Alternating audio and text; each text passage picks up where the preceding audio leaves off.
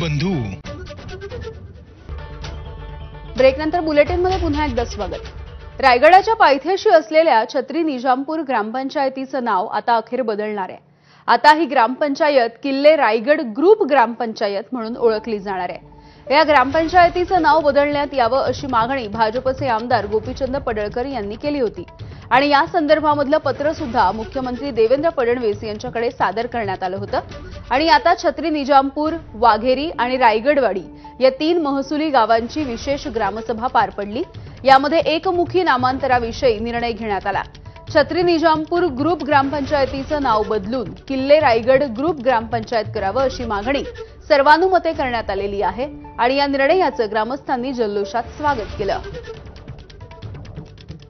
आपल्या पडवळकर साहेबांनी जे प्रस्ताव मांडला होता की ग्रामपंचायत छत्री निजामपूर नसून छत्री आपलं रायगडवाडी ग्रामपंचायत व्हावी, पण तिन्ही गाव मिळून काल प्रस्ताव झाला की किल्ले रायगड हे ग्रामसभा ग्रामपंचायत झाली।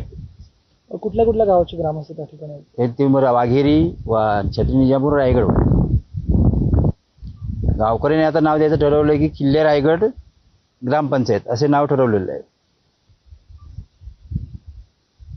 किल्ले रायगड म्हणजे हे सगळ्यांचं मिळून आलं, म्हणजे असं झालं की जेणेकरून बाबा महाराजांचा किल्ला आहे आणि तिन्ही वाड्यांना ते मान्य झालं सगळं की बाबा हे आपलं हे जे नाव आहे ते बरोबर आहे।